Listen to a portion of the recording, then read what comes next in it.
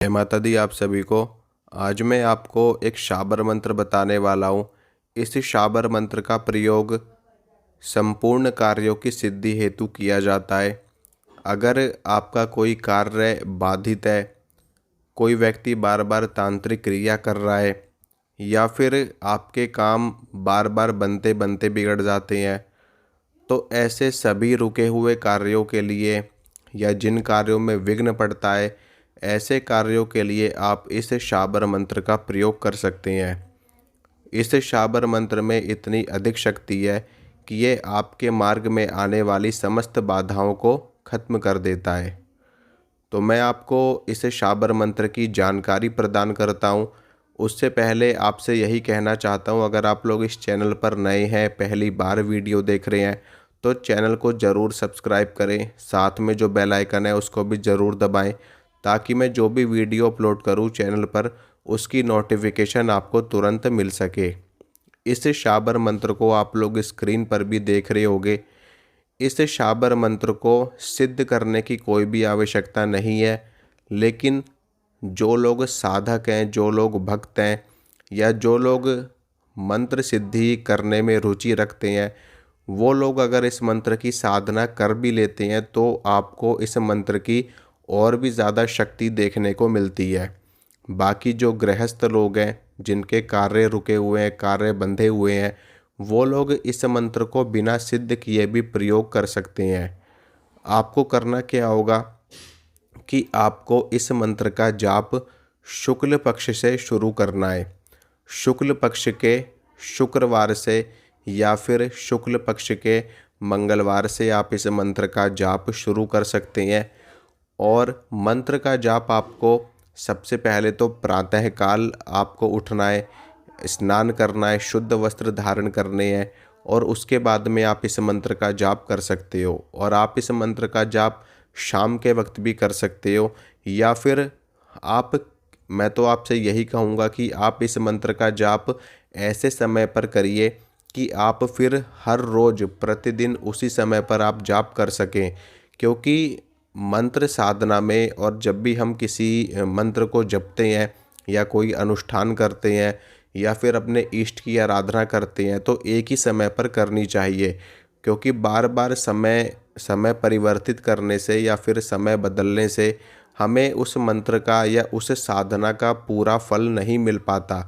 क्योंकि जिस समय पर आप बैठ करके अपने इष्ट की साधना करते हैं, उस समय पर लगातार साधना करने की वजह से वहाँ पर ऊर्जा जागृत हो जाती है और इष्ट देवता से संबंधित शक्तियाँ आनी शुरू हो जाती हैं। तो जब लगातार शक्तियाँ वहाँ पर आनी जानी शुरू हो जाती हैं और उस समय पर हम पूजा पाठ जाप नहीं करते या उस समय को हम स्किप कर देते हैं या छोड़ देते हैं, तो वो शक्तियाँ फिर वहाँ से रुष्ट होकर के, नाराज़ होकर के चली जाती हैं और दोबारा से वो शक्तियाँ नहीं आती। इसीलिए हमेशा हमारे गुरुजन भी कहते हैं और जो भी भक्त हैं, ओझा सोखा या जिनको भी आप मानते हो, वो सभी लोग आपको बताते होंगे, कहते होंगे कि हमेशा पूजा पाठ और साधना एक ही समय पर करना चाहिए, समय परिवर्तित नहीं करना चाहिए। तो इस मंत्र का जाप भी आप जिस समय पर करोगे वो एक टाइम आपको पक्का कर लेना है, चाहे सुबह हो, चाहे शाम हो, चाहे रात हो, चाहे दोपहर हो। लेकिन दोपहर को पूजा नहीं करी जाती है। दोपहर में देवी देवताओं के विश्राम का समय होता है, मंदिरों के पट भी बंद कर दिए जाते हैं। इसीलिए पूजा करने का जो समय बताया गया हमारे शास्त्रों में, वो प्रातःकाल और सायंकाल का बताया गया है। क्योंकि और सबसे श्रेष्ठ समय तो ब्रह्म मुहूर्त का बताया गया है। तो ब्रह्म मुहूर्त में अगर आप कर सको तो बहुत ही ज़्यादा उत्तम है। लेकिन उसमें भी अगर आप नहीं कर सकते तो आप दोपहर में 12 बजे से पहले पहले आप कर सकते हैं। और उसके बाद रात में आप कर सकते हैं किसी भी टाइम शाबर मंत्र का जाप।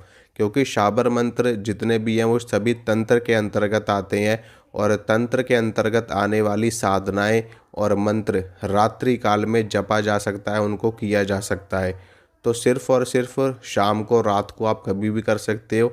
लेकिन दोपहर में अगर आप कर रहे हो या सुबह के टाइम आप कर रहे हो तो 12 बजे से पहले पहले ही आपको कर लेना है। मंत्र आप सभी की स्क्रीन पर दिख रहा होगा। मंत्र में आप सभी को एक बार बोल करके भी सुना देता हूँ, फिर मैं आपको बताऊंगा कि इसका जाप आपको कितना करना है और इसके मंत्र की अनुष्ठान की विधि भी मैं आपको इसी वीडियो में बताऊंगा। ओम नमो महाशाबरी शक्ति मम अनिष्ट निवारय निवारय मम सर्व कार्य सिद्धि कुरु कुरु स्वाहा। ये मंत्र है, आप इस मंत्र का प्रतिदिन 11 बार या 21 बार जाप करेंगे हर रोज। जो भी गृहस्थ लोग हैं और जो साधना नहीं करना चाहते, बाकी जो लोग साधना करना चाहते हैं इस मंत्र की, वो लोग इस मंत्र को होली पर, दीपावली पर, ग्रहण काल में, नवरात्र के समय में, महाशिवरात्रि पर, या फिर वो वैसे भी अनुष्ठान कर सकते हैं सामान्य दिनों में भी। जैसे कि शुक्ल पक्ष में आप मंगलवार से या फिर शनिवार से इस मंत्र का अनुष्ठान शुरू कर सकते हो और लगातार 11 दिनों तक आपको इस मंत्र का अनुष्ठान करना है। तो आपका ये मंत्र सिद्ध हो जाता है, शक्तिशाली बन जाता है। फिर उसके बाद में आपको प्रतिदिन इस मंत्र को जपने की आवश्यकता नहीं होती। आपको जब भी इस मंत्र का प्रयोग करना हो, आप इस मंत्र को 11 बार पढ़ करके अपने काम कार्य पर जाएंगे तो आपका वो कार्य भगवान की कृपा से, माता रानी के आशीर्वाद से सिद्ध हो जाएगा और उस कार्य में कभी भी बाधा नहीं आएगी। अनुष्ठान में आपको ब्रह्मचर्य का पालन करना है और सात्विक आहार लेना है और मंत्र जाप की जो संख्या रहेगी वो प्रतिदिन की 108 बार रहेगी। कम से कम 108 बार आपको ज़रूर मंत्र का जाप करना है और अगर आप इससे ज़्यादा जाप कर सकते हैं तो और भी ज़्यादा श्रेष्ठ है। 3 माला 5 माला तक आप इस मंत्र की कर सकते हैं, लेकिन इतना नहीं कर रहे हो तो कम से कम आपको 1 माला इस मंत्र की ज़रूर करनी है। मंत्र सिद्ध हो जाने के बाद में आप इसका प्रयोग कर सकते हैं। बाकी मैंने आपको अनुष्ठान की विधि बता दी है, अनुष्ठान बिल्कुल उसी प्रकार से किया जाएगा। एक चीज़ और मैं आपको बताना चाहता हूँ कि इस मंत्र का अनुष्ठान किस देवता को समर्पित किया जाएगा।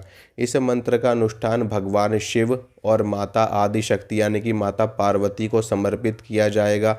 तो उन्हीं से संबंधित सारी चीज़ें इसमें आपको करनी है।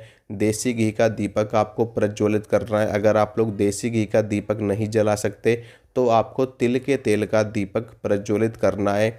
और जितने दिन तक अनुष्ठान आपका चलेगा उतने दिन के लिए आपको कलश की स्थापना करनी है और देवी देवताओं की, भगवान शिव की और माता पार्वती की पंचोपचार से, दशोपचार से या फिर षोडशोपचार से आपको पूजा करनी है। फिर उसके बाद में रुद्राक्ष की माला लेकर के मंत्र का जाप आपको आसन के ऊपर बैठ करके करना है। समय मैंने आपको पहले ही बता दिया है कि एक ही समय आपको फिक्स कर लेना है और 1, 3 या 5 माला जितना आपका सामर्थ्य है उतना आपको मंत्र जपना है।